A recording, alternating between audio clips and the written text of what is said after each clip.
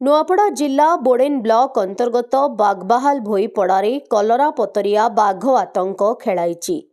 बागबाहाल grammar मेंढा मालिक भज हाथी रातिरे शोइथिबा समयरे अर्धरातिरे 2 रु अधिक कलरापतरिया बाघ मेंढा गुहाळकु पसी 10 रु ऊर्ध्व मेंढाकु मारी खाइथिबा बेले 10 रु ऊर्ध्व मेंढाकु आक्रमण करिछि।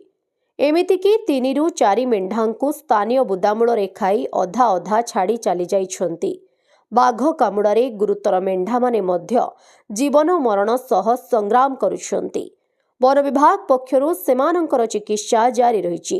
एहार आनुमानिक मूल्य 1 लाख रु ऊर्ध्व टंका हेबो बोली परिवार पक्षरु कुहा जाइछि। परे भज हाथींक परिवार लोक जानी होहल्ला करिबा परे बाघ मेंढा मानंकु छाड़ी निकटस्थ जंगल को चली जाइथिबा कहिछन्ति।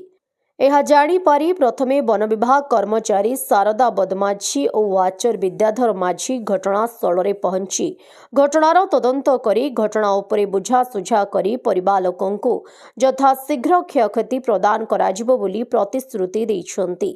ग्रामरे मध्य भयर वातावरण देखिबाकू मिलिछि। समस्ते भयभीत अछन्ति। गांटी सुनसान जणा पडुछि।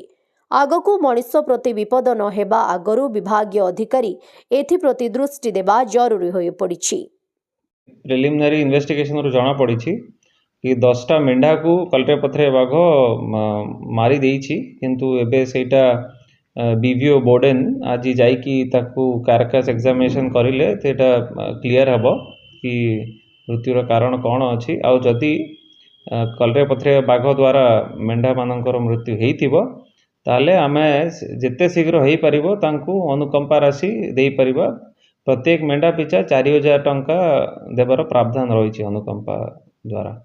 नुआपड़ा जिल्लारू जगन्नाथ सागर रिपोर्ट, ओडिशा हाइलाइट समाचार।